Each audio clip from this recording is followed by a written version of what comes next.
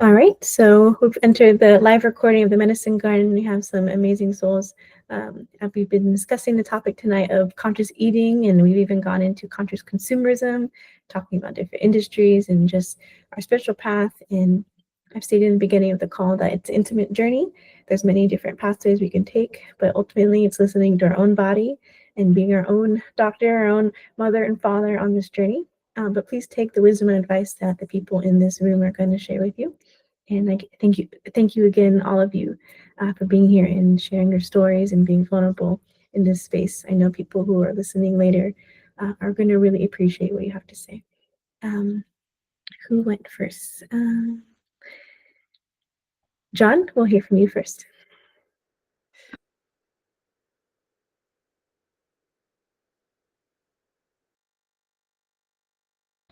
Oh, you're muted, John. There? There you are. Okay. Now, there's some things that I'm just going to come out with.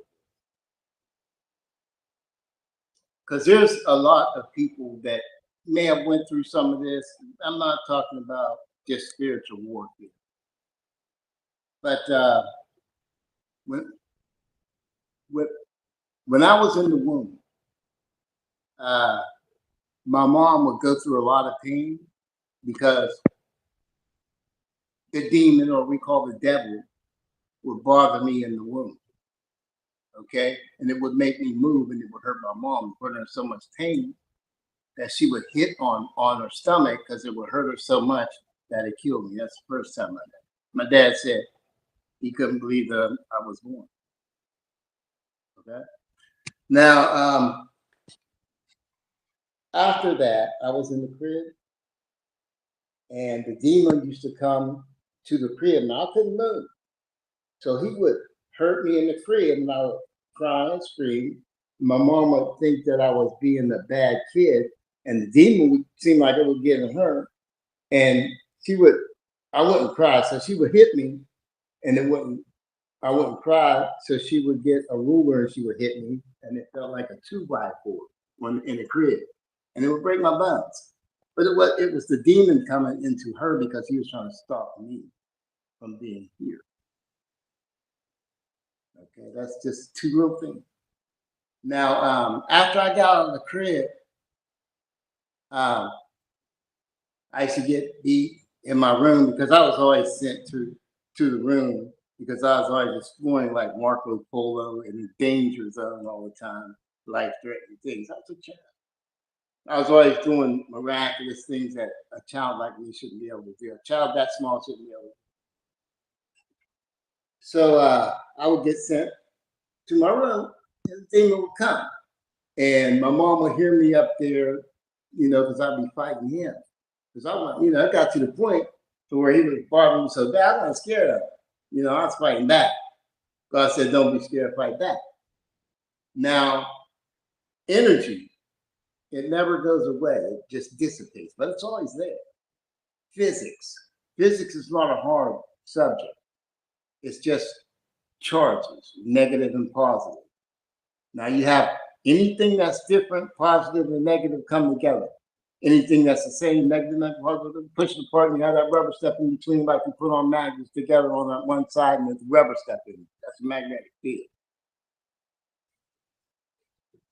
Because we have these things, you can manipulate that, but because the way that I came, the way that I was there, that's why I'm this powerful. And even now, you should hear me say, or you should hear, my mom always wanted to see me on the stage. But forget that. Let's go to the next part.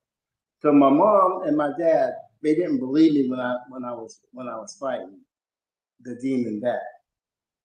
So they came and they saw. My brother saw, and people in the Navy saw. Okay, they seen me, but as a child now, like as soon as I was in the diaper, right? God said, "Don't be scared." I said, I'm fighting back. I couldn't fight him. I would beat him, and I whooped the devil even now. You know, they say the devil was afraid of me. I don't care if he's afraid of me or not. I tell him, come on, kill me. I've died many times. God said I died many times. I died in the Navy. I died as a child. I died in hospitals from just from racism, or you know, they wouldn't treat me and stuff like that. And so I know what heaven looks like. I know what hell looks like. Heaven is like the first time you fell in love, and that's the feeling. And your ancestors are back there, and you can see bands of them. They all look like you. And hell is different. Now, to me, all this stuff is manipulative energy from other beings. Okay, and these beings, to me, this is why I'm hesitant in following all this stuff, because they, when omnipotent being makes a covenant with me, and I came back from when I died in the Navy. Now I fought all these times when I was little. I mean, I'll tell you something on this one. When I was in heaven, I was little, and God was telling me He wanted me to do these things, and I said, "So you want me to go back?" Now I finally got to heaven, God. Okay. Now He feels you want me to go back. I said, I don't want to go back. And then He said, well, something, not these particular words, but well, came out to where what? So I could be like Samson and Hercules, because I was already being like that. And so I said, okay, I'll go back. But if I go back, when I get big, and because I got to go back and finish taking the pain, because people could hear me getting whoopings or getting beat, and they was afraid for my life, like all over the area. They would cry for me. Okay. And so, because I wouldn't cry, because I had to be strong enough, or whatever it is I had to be, because I knew that I had that thing, that this evil thing that I had to fight back against for my family, and everybody else was there, and I'm the only one that was whooping it.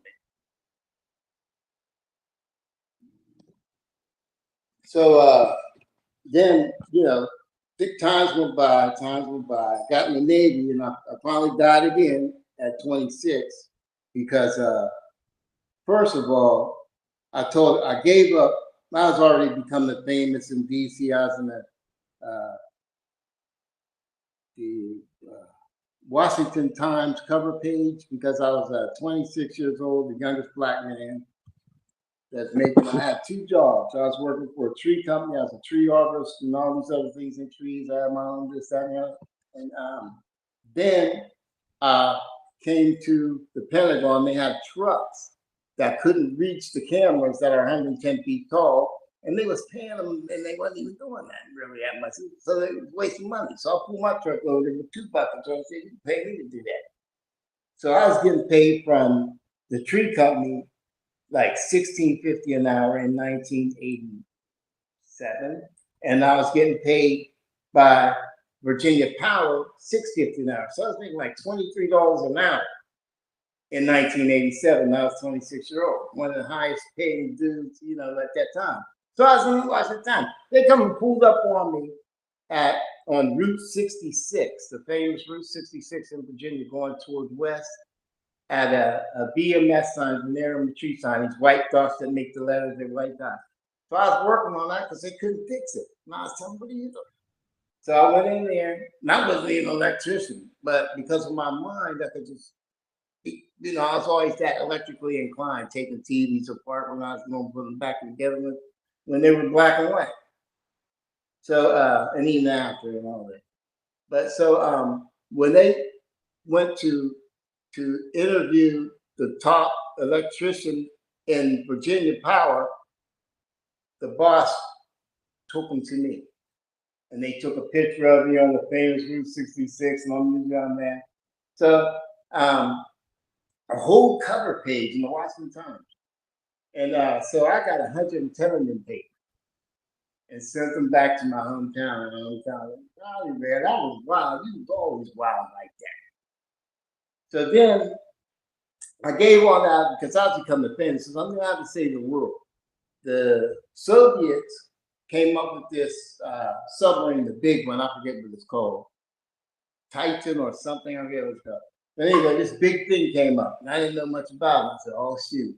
Now I gotta go in the Navy and save the world. I'm gonna give all this up. I'm the only one that could do it because if they was able to do it, they would have done it by now, right?" So I went in. Second time, the first time I was in the airport, got kicked out because I was supposed to walk my morning. I healed my knees. You wonder how I did, and I told them what I did, and that's what they use now to heal that. It was called quantum malaysia patella ligamentous laxity. I wasn't supposed to walk it. Now healed it. So that's how I got back into the Navy 10 years later, in 1990. I said it was going to take 10 years, and it did. So when I went into the Navy, I'm not going to go after this last part because it's so much. You know what I'm saying? And all this is it's documented and everything when I got in the Navy. I invented what's on the Seawolf submarine. I made them call it the Seawolf. They're going to call it the LA class. So my first day in class in submarine school in Groton, Connecticut, I looked at the submarine and said, "How come you don't got ramjet technology on the back of the submarine?" I said, "A submarine flies just like an airplane does, but it's under water, huh?" I said, "I'm looking at it. You got, flaps and stuff like an airplane." First day. So then I started drawing it, and I drew a donut around the propeller, and I put two plates in it, like this. This plate has a hole. This is the back, the whole part. This is closed off. There's a hole here. There's a flat plate here, and there's a plate here with a hole in it. So when the propeller spins, it pushes it through the hole to make it like a hose and make more force to go to the back of that, and then comes around. Now, this is the plate, the circle around it. So now that plate at the back, it comes over the top and around that plate, which gives it more force. And that's what I invented for $1 million in the Navy. And this is where my heart got broke by God. It's got to be told. God and the devil was there when they was trying to give me $1 million.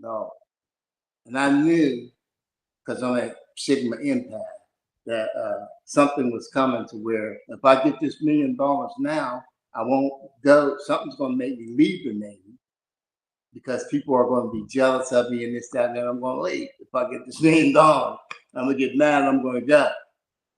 And I can't do that. I got to get to my station so I can finish doing the other things on. These submarines are huge. My name is all over, all in the, I forget the name of the book that they have. It's called something. But anyway, where you have to, I was changing test procedures. There was things that was sent back to my hometown every week. People was coming. I was in the newspapers every week, like twice a week, because I was doing things that the IBM technicians that put the computers on the submarine. My field has over 200 computer parts, different parts that are tall as I am. And we had to learn all the little things in there. All the little resistors, capacitors, induction things, and all that. There's a whole bunch of things that you might not understand. So we'll just go that way.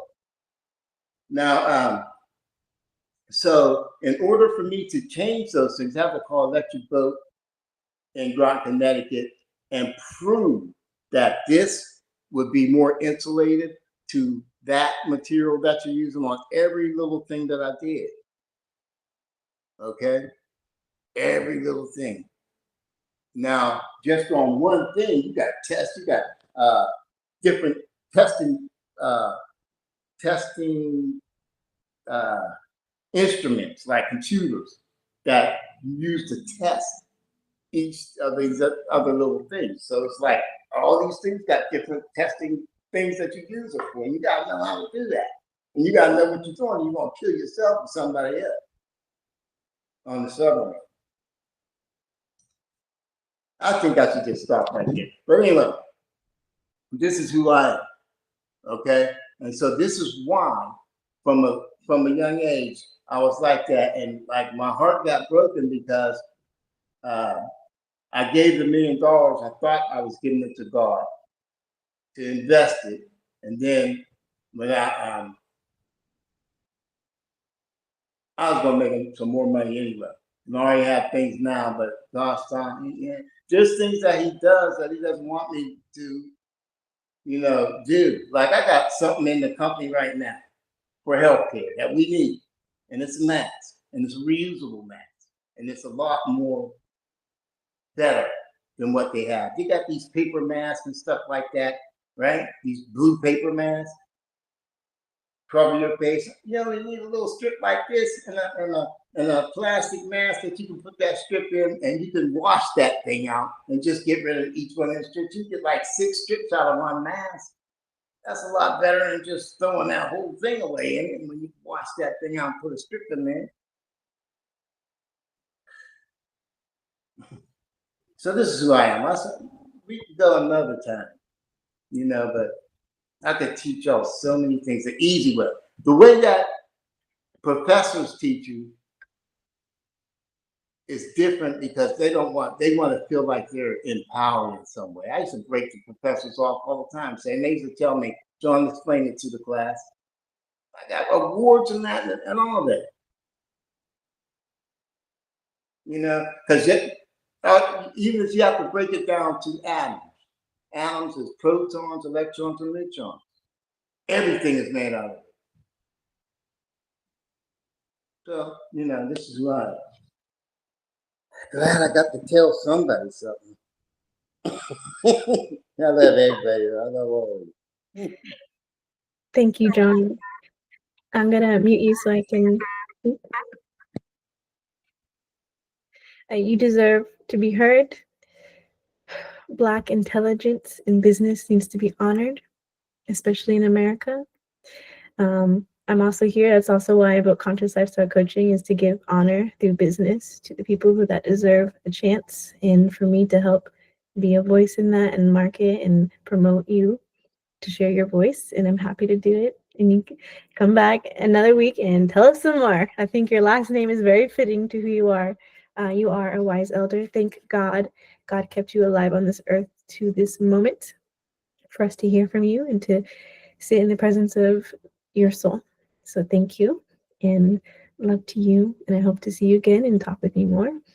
I'd love to hear from everyone else who's still on here. And thank you for listening and appreciating John with me as well.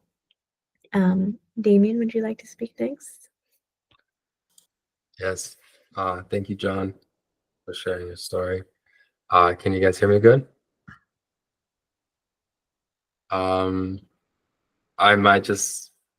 I think for me, the thing that I can share right now is that I also had a very rough life. I was born in Hawaii, and then my father killed my mom, and then I was adopted and came over here by my mom's aunt in Germany, and also a lot of abuse. And then I kind of got into that space, like crazy, like I would drown but then get saved, and then also just like these moments where I should have been dead. I overdosed on like antidepressants and was like gone for 3 days, and the next day I wake up and I think it's just the next day, but it's not. Like 3 days passed, and like something always wanted me to stay here, but I always kind of wanted to leave, and I didn't know like what to call it. Like for me it was God, but then at times it's like, why am I faced with so much bullshit and evil in that sense? And then I got kicked out from my aunt's place, and then I kind of went out into the world and did some stupid stuff, and the whole time running away from myself and not like actually empowering myself. And then I got like in a situation where people were just feeding me drugs and just using my energy to like create so much abundance for them, but while limiting me and telling me that I'm stupid and I don't know anything. And that was kind of like the space where I kind of chose to stay in. And kind of what I want to share now is that, like, even though I was always like, why me, God, or like just fighting the world and constantly like sending out that energy and then getting it like smacked back into my face, I then decided, I met like a card reader. She's very nice, and she's in America, and she was doing these YouTube videos, and I saw her in one of my dreams, and she opened my pineal gland and let me know that I'm way more powerful than what I thought I was. And she said, just leave. And I'm like, okay. So I left and I went homeless. And I was in a homeless shelter with demons. Like they were like waiting every hour, just trying to see if I'm still sleeping. And I'm like there holding on to like my little journal because like that's the only thing I had. And like every night I only slept maybe like 2 hours, but source or whatever was like sending me these visions. And like there was also this other homeless guy where the first time I actually noticed how powerful I was, he came into my dream, and in real life he's always like scratching himself and he's spazzing out. And he came into my dream and I was like, just relax, bro. And I hugged him and I calmed him down and I brought him to like my friends, and like I sometimes have like guides that protect me in my dreams. And the next morning he was sitting in his bed looking at me like weird. I'm like, did you feel that? And I never seen him scratch himself again. Like he stopped scratching himself. And then like I met him like a week later again, when things were getting better on my side, and he just like gave me a nod, and I'm like, wow, this is deeper than I thought it was. And then my life just more and more on track, and I just kept praying, and I kept like shifting the box that I was in. Like in the beginning I was Christian, and then I was like spiritual, and then it's just shifting and noticing how like then reality would shift with me. And this whole time I was thinking like I did all these bad things, and like I'm blessed, like I'm healthy. I like again the things I put my body through, that I still get to sit here and complain at times. That every time I just decided to let go, there was always an angel there, or like guides in people. Or when I met Riley, I felt like she was one of my guides because like my mind was very fragmented. I took like a high dose of shrooms because I was like I'm in a village right now and I'm all by myself pretty much, and I can't really connect to the people the way I want to because they're also German, and they're very humble people. And like I try to explain to them where I'm going to these places in my dreams, and the evil that I also see at times, and also the beauty. And you're kind of getting afraid of me right now. I hope I don't start a whole Salem witch hunt thing here, but it's just, I think life is very magical and I'm very blessed right now. And I think kind of the message I'm trying to say right now is that like, even if you think it's super dark right now, like, or you think you did so much bad stuff, you don't deserve to be heard or loved or to be supported, trust me, just let go. It's just so scary. And I don't think I'm going to sit here and pretend like I wasn't scared. And sometimes I still get scared. And when Riley met me, like I was like, my mind was glitching and it was not good. And now again, I'm like learning to like, wow, I'm so blessed. Like I live in a house right now by myself. And like just the beginning of the year, I was homeless. I'm still kind of like trying to find my way, and there's things coming my way trying to stop me. But now it's kind of like, I don't know if I'm allowed to say like that. The middle finger, it's like, let's go, bro. It's like, I'm tired of running. I was so afraid, and I'm done with that. So yeah, just if you're out there and you feel what I'm saying, just do it. It's like, you want to stay in that stupid situation and get sick and die, or like it's like it's not simple. I know it's not. And it's like the bridge of incidents to getting to this place is gonna be crazy and up and down, but I prefer being here right now. Then I'm not going back like to those. I don't know what you want to call it, but I can see it in their eyes now. I had someone threaten me again, and you can see it in their eyes. Like that's something I learned. Like just the emptiness, and I don't know what my role is here yet. If I'm supposed to be engaging into that, because I also have to let that go, like that warrior inside of me, where it's like now that I know, I want to go out and like just punch something or something like that. But it's just like you gotta let it go. Riley said like to me, she said, I do this sometimes. I go through the village and I put out like my little angel wing and spread the golden light. I even had someone like react weird towards me, like started like walking right at me. It's like, bro, I'm just praying. And then I saw like this evil in his eye, and I said, it's all good. I said good morning, and then like a force came and just redirected him away from me, and I'm like, what is going on? It's just trippy right now. So if you need someone to talk to, I'm trying to create a YouTube channel where I just share what I'm going through, and people can share as well. I was gaming before, just doing destructive things, and now I'm just switching it. So I don't know where I'm at right now, but I'm grateful that I was allowed to speak here.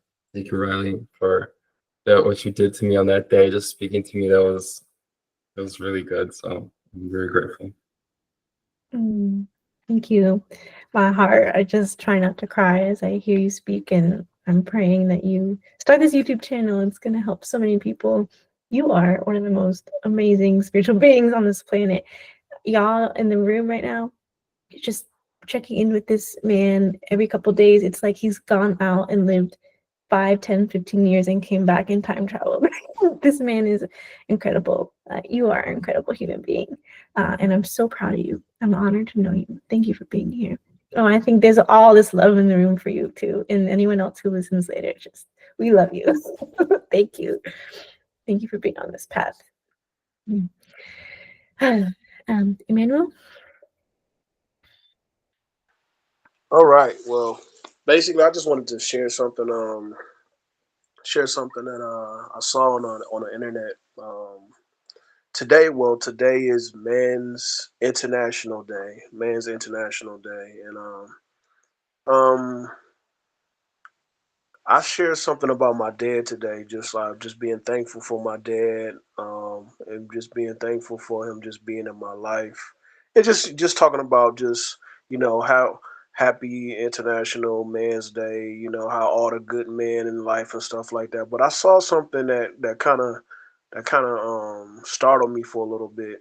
I started to see like a lot of people saying Happy International Man's Day and stuff, and they were they were just saying about all the good men, just like, well, you know, thank you for all the good men for just being there for your daughters, being there for your kids and stuff like that. And I had to think about it myself and said it's International Men's Day, and just going back to source, and I think just God and just the ultimate man. I think of when it comes to my life, ultimate man, source, Jesus Himself. You know, just International Men's Day, he was a source for all men. So um, I had to think about it for a minute. I had to say, just thank you for a man, regardless. You know what I mean? Regardless, even if your parents, I mean, even if you was not there for your kids and stuff like that. You know what I mean? It's a lot of people out here, um, that may have had what they call a deadbeat father or something like that. He wasn't in life and stuff, or they just saying, well, it's this thing. I think it's like it's kind of toxic to me. Just the whole idea that men are well, you're that like they say, you're if you're not a man, you're just a male. If you just, what I'm saying, if you do this, if you're abusive, if you do that, if you do that, I still say, well, regardless of that, they're still a man, but what I'm saying, they just need maturity. So that's what I just saw today. I just felt that I should just speak on that, just like, since it is International Men's Day, that regardless of what you've done in your life, just where you may be struggling at. I know a lot of people that are doing businesses. They're right now in the thick of probably, what I'm saying, a lot of, storms going on in their life right now while they're doing this. You know what I mean? Which is good though, because that shows that you're getting involved in community and you're growing. You know what I mean? So uh it's gonna be a little bit of tension there. But just through it all, what I mean, just that I just want to know, I'll just let you know that you're seen. You know what I'm saying? That you're seen, that you're valued, regardless of what you may have done, how long you may have done it, or anything like that. You know what I mean? You have the power, you have the energy. You know what I'm saying? We all share energy that goes beyond just our human minds. You know what I'm saying? That's so powerful. You know what I mean? When we come together, and just as individuals, as the universe. You know what I mean? As universal family. You know what I mean? That's why, like, when I look at people, I just be like, "What's up, family? What's up, brother? What's up, sister?" I mean, no matter who you are, you know what I mean? Because it's something connected to the universe and the energy in all of us. You know what I mean? As soon as you say that, because I know a lot of people be like, I mean, just getting away from the stranger idea, like, just being strangers in the world. You know what I mean? But truthfully, where when it comes down to the full essence of who we are, we're not strangers. You know what I mean? We're not really strangers if you really think about it. So, getting away from the drama of life, the character of the world stage, when we get down to it all, you know what I'm saying? We all are, truthfully connected in the most deepest way ever. You know what I mean? So I just want to say, stay encouraged. You seen, you heard, and I feel you. Thank you. And yeah, take all the time you need, Abai, when it's your turn to speak. And just thank you, Emmanuel, for talking about forgiveness and grace and men's health and community. And yes, for all the men out there who listen, we see you, we honor you, we thank you. We talked about forgiveness in the Ascension Seminar on Sunday, actually, and saying that, hey, listen, and John and Abai and everyone spoke on this, is we don't know the traumas and the abuse that our parents experienced and their parents and their parents. And it goes back from the beginning of time to just primal consciousness, kill or be killed. And we're all healing. We're all responsible for healing what's been passed down through our ancestry. And it's not personal. We're just all here on earth doing this work. And so every human on this earth and this planet is worthy of forgiveness and grace and to be given a chance. And just thank you. Thank you for all the men out there. No matter what, there is divinity in you, and we see you and we love you. Bye. Yeah, after well, I'm gonna start first with Ray. Okay, I guess it's been a couple of weeks, and you know how you see the various people in your YouTube feed or whatever, and you pray, you read their title. Okay, the first time I listened to you, tone, spirit, tone, the way you spoke. All right, I say, I'm being led to connect, because I know something. I don't believe it. I know it. I can feel it. And if y'all notice, with the see now, I do attend a church, but it's for particular reasons. Because see, I know what I am. I know what I am. I know who I am. And see, wherever I go, and this is not bragging. This is confidence in the God in which I am one with. And our ancestors called it Netcher, NTCHR, and then you add a U to that, NTCHRU. Yeah, yeah. That's natural, is literally where the term angels come from. See, all of these things that we think we know about through belief, y'all gotta understand there is a difference between believing and knowing. And when you know thyself, kind of relating to, I see bubble. I don't know. I see that, and what you just said, Emmanuel, may remember my father. What I forgot to tell y'all, and it's kind of connected back into John. And you see how this is. I started with the host, and everything. The last ones of us left. There's a significant connection, man. When I was 5 years old, John, remember I'd experienced those things at 3, where I realized I had a gift. Now, John, you knew something was there, but you didn't understand it. Now you understand. We understand these things now because you've always seen it.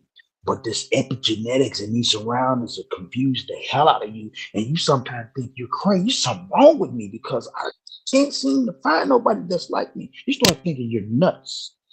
And then you find somebody like us and you realize, wait a minute. There's more to this thing than meets the eye because I'm looking at it. Look, when I was 5, my biological father, because my mother married a gentleman when I was a year old, I should call him the monster. This man did things to us, and he created an atmosphere. To this day, I have never seen since then.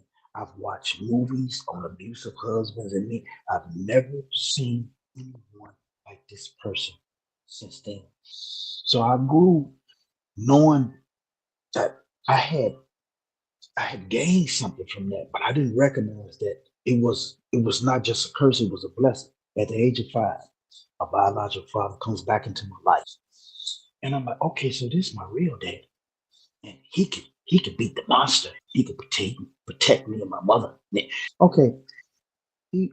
I spent a couple of moments, I spent a couple of times with him.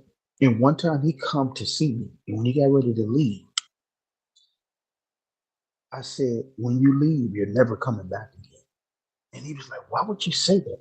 Okay, my great grandmother was alive at that time. She was a diehard Christian, 4'11", stout, thick lady, didn't take no mess off the candy man. And she was, to me, her and my mother are my heroes because I've never known anyone besides them two women that I knew for sure loved me. Anyway, this is the first time I saw her tear up. She was like, Eunice, don't leave, because I started to weep profusely until my nose bled. And I was screaming, don't leave, you're never coming back. And that's when I realized I had some supernatural powers. Man, when he left, the next week he was murdered. And I've had this, I've recognized that gift and the power that it's given me my whole life. People say I'm crazy. I've been able to see things and I've been trying to tell people. And it's like, when you read the story about Jesus, I attend these Bible classes. Man, I'm around a lot of elderly white people. And it's obvious. This is not bragging, this is true. When you've been taught to believe and not to know, you base your life and your existence off what somebody else has said. You don't know it. You're just basing it off what you've been told. I don't knock it if it can be taught correctly to inspire you to be your best spiritual self. But that's not what it's being used for. It's being used for mind control and to drain your pocket. You know what I'm saying? Because when you low on cash, you powerless anyway because it's all about the physical. They have taught us to look at Jesus, God, and the Holy Spirit. You got to grasp what I'm saying. And remember, when I use the word you, I'm not literally saying you. It's just a figure of speech. Man, they done taught us the way we look at this thing is more connected to the physical than it is to our origin, our original spiritual self. That's what keep you thrown off. And then you give me a picture of something you call God. You start off saying God. That's already sexist. You tell me he. I asked the question, can you see a spirit? Absolutely not. So how you gonna tell me what gender it is? You see, when you start doing stuff like that to people, you crush their spiritual connection, and you start off with the fear factor.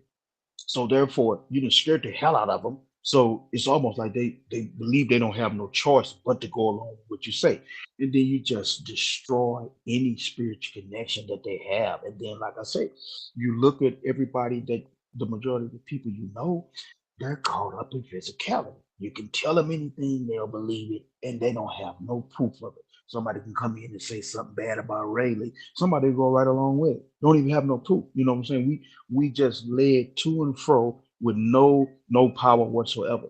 But you know, listening to what he was saying, it says in the scriptures that ye are gods. That's in the Old Testament. And then you even got Jesus quoting to the disciples and to people that do not ye know that the law of Moses said you're gods? Nobody's teaching that.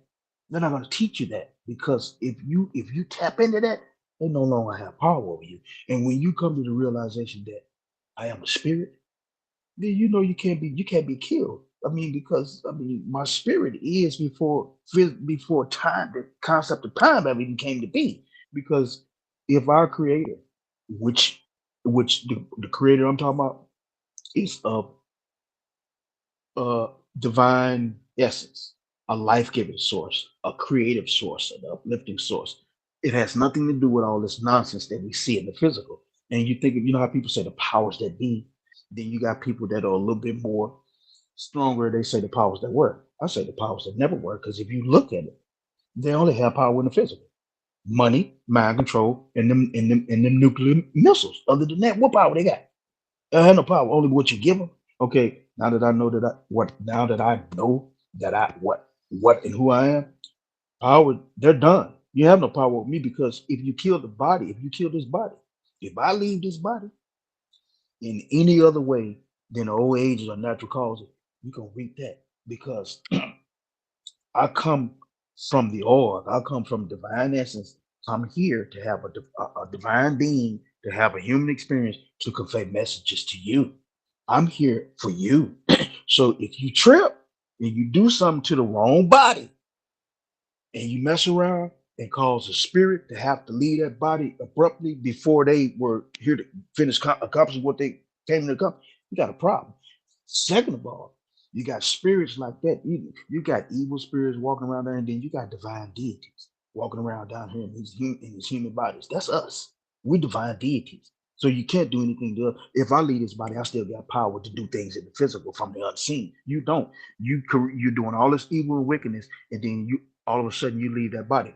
Your spirit is homeless. It has nowhere to go. Where's it going? Well, we're working off our ancestors. You know, you look at ancient Kemet, and people don't understand that's where we come from. Everybody comes from there, but it started in Kush, ancient Ethiopia, but it reached its zenith in Kemet. Dude, these structures that you see over there and all this stuff that's where they get everything from. All the stuff that you read that you see come from there. That's why they've kept it hidden. So I'm looking at what they built. They didn't finish it all. And believe this, what you see written in stone, that was written before you ever start writing on paper. That's how you know it comes before what you have on paper. There's no ifs and buts about it. But they didn't know it all. They didn't finish it all. That's us. We're greater than them because they are us and they've given us all their power. And we have our own individuality, but we're also still this one spirit. Bruh, we are the ones that are going to create new dimensions. We're going to create higher vibrations. We're going to create a new wavelength that cannot be tapped into unless you are in oneness with us. So they can give it up. So like I said, you mess around and you call yourself killing somebody, and and it caused that spirit, that divine deity to lead that body. You got a problem. You got a real problem on your hand because you're running around there so caught up with your guns and thinking everybody afraid of you. Hey man, fear is gone. I was so bad growing up. I was like this. I didn't want to be bothered with nobody coming from them experiences. And then, like I said, the first one was my father being murdered.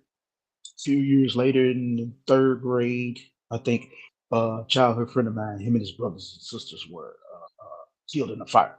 A few years later, uh, it happens again, where a childhood friend of mine, her two brothers were murdered in the fire. About a year later, found a friend of mine hung in the backyard, in his backyard. This is all down in the north side of Missouri, where you would never think you would find a teenager. This the summer before we started high school. Then 2 years later, my great grandmother, who died of cancer, I didn't even know she was sick. We were like this because the grandkids used to ask me why, because I called her mama, like I call my mother mama.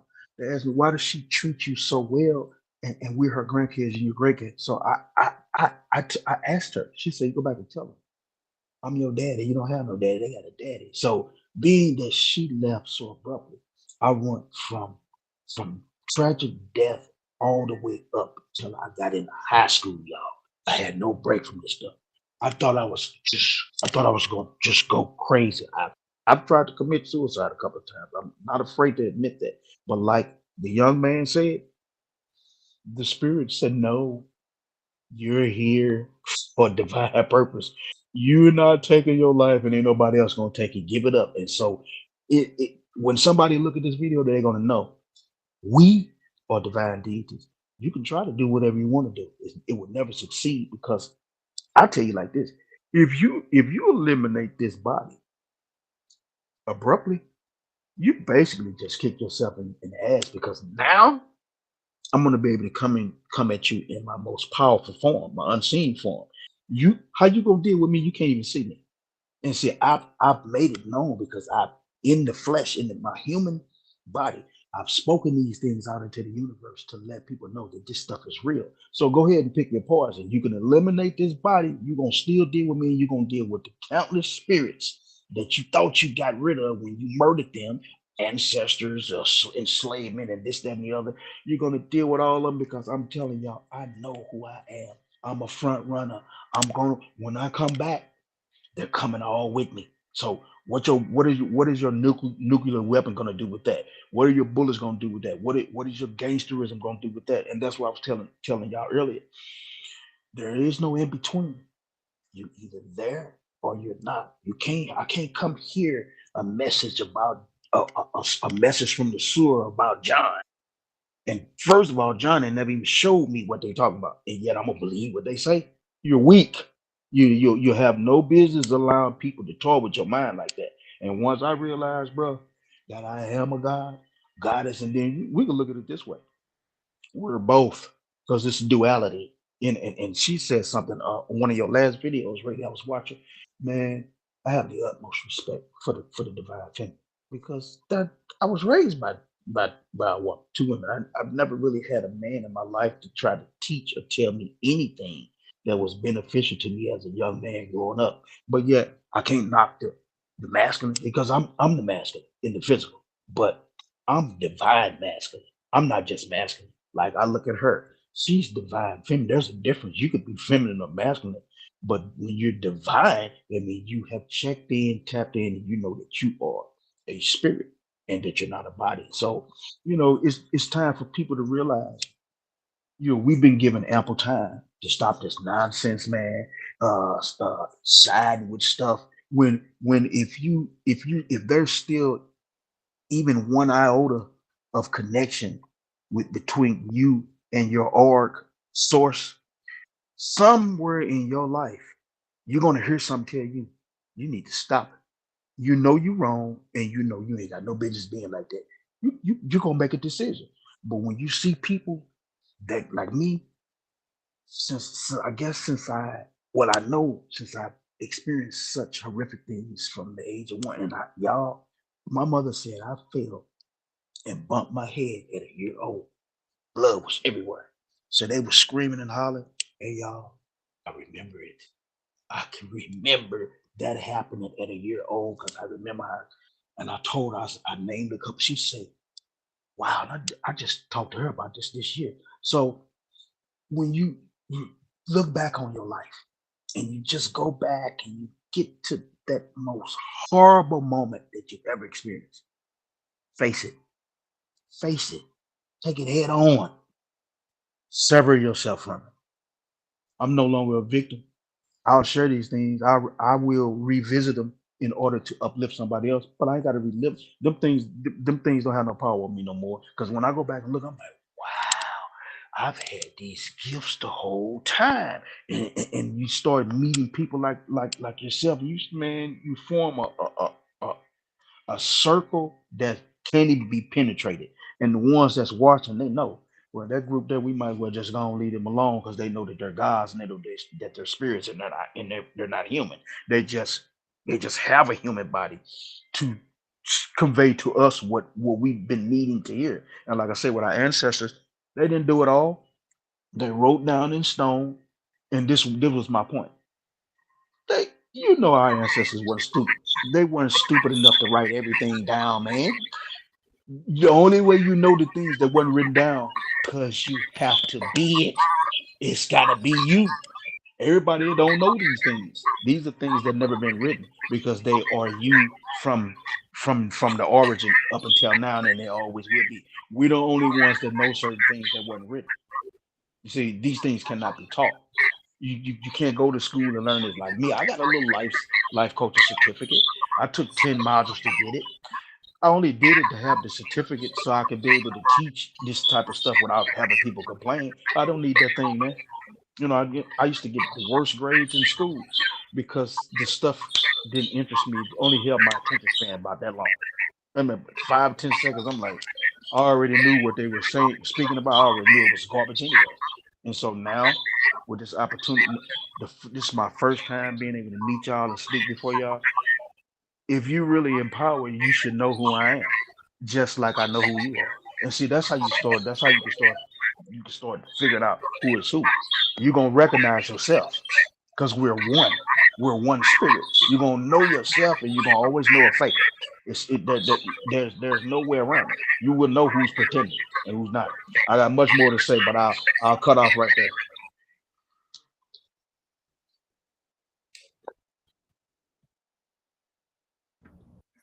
Thank you. That's what I'm gonna say. I'm being called to be released out of respect for my household too. But John, can you take the message to next week? Yeah, I think so. I think I can remember. And just remember, all of you in this call are being called to teach about your channels, invite me to spaces, and hopefully we can talk more. Thank you for coming into Medicine Garden. I'll see all of you lovely beings another time, hopefully next week. If not, whenever you feel called, we're here. This space welcomes you. Thank you for sharing divine knowledge, sharing your wisdom, sharing the love. Respect to all of you. I love you all, and I'll see you all soon. Have a beautiful night. Thank you.